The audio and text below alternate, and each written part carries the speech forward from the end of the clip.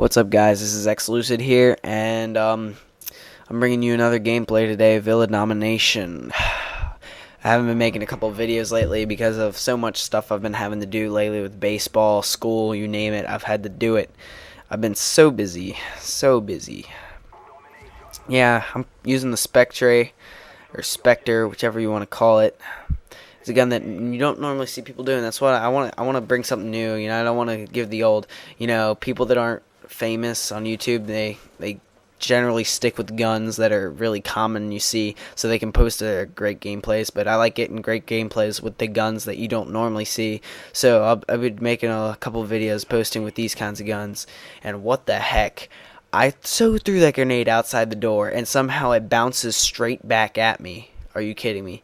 Anyway, now that I've got my 2 deaths in for the game, I'm starting off this game with a great bang. I'm about to go on a kill streak here, but I'll let the video speak for itself.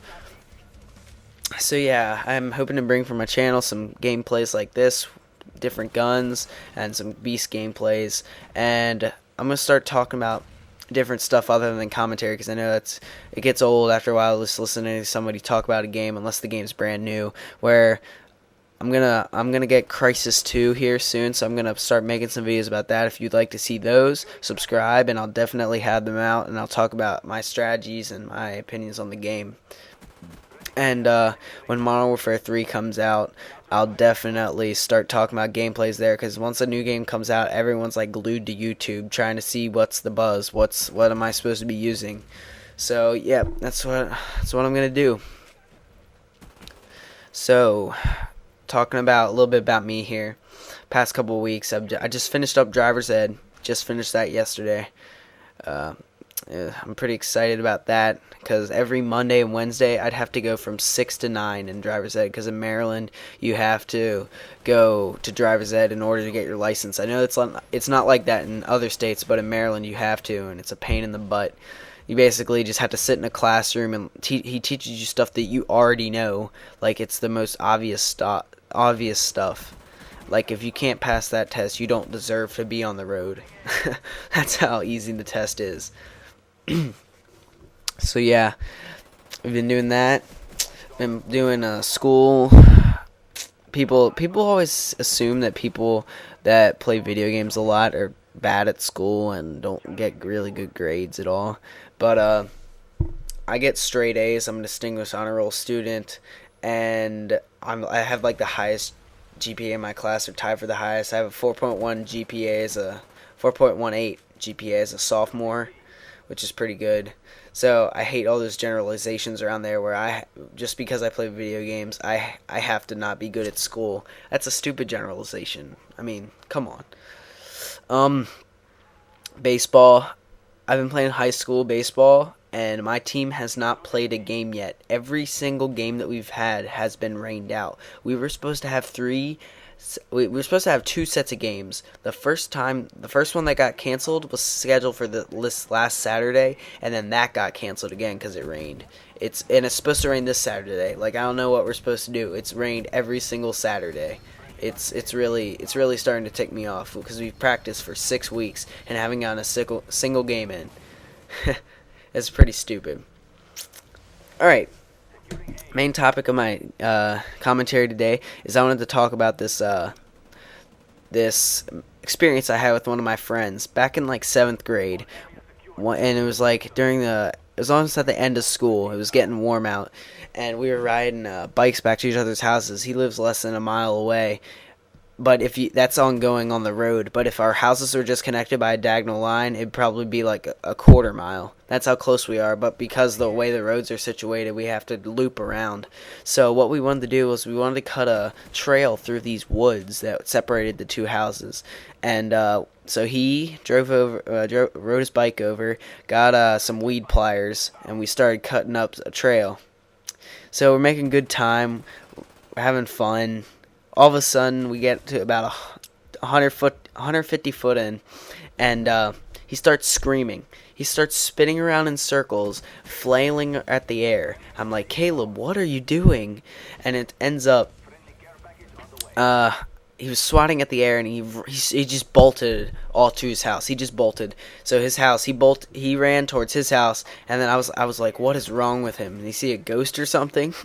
And all of a sudden, I feel a sharp pain on my right arm.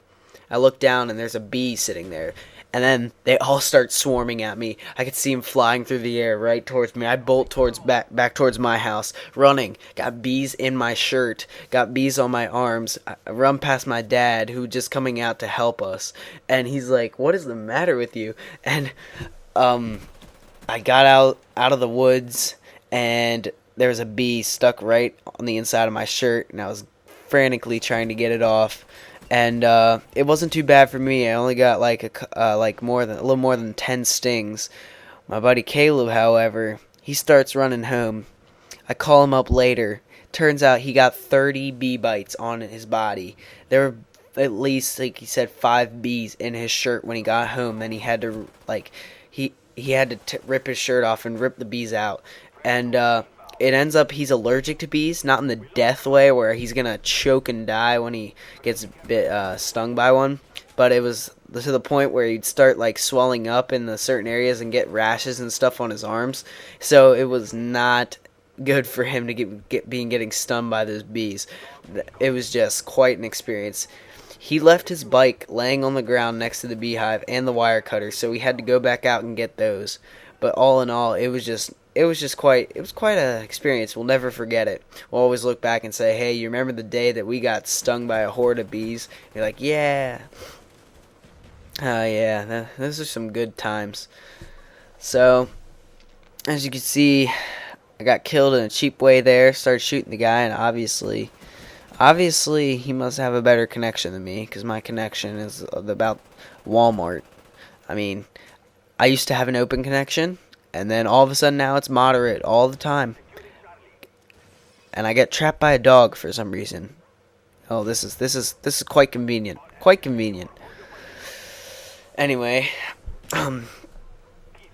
so yeah, so me and my friends, we got other stuff like that. I'm thinking about getting Crisis 2 today. Crisis 2. Like I said, I hear it's a good game. I hear it's pretty good. I've watched some videos about it. I mean, it's more Battlefield and Halo type, like a mixture of the two. So it should be pretty fun. I'll test it out. This game's coming to a close. Got another counter UAV.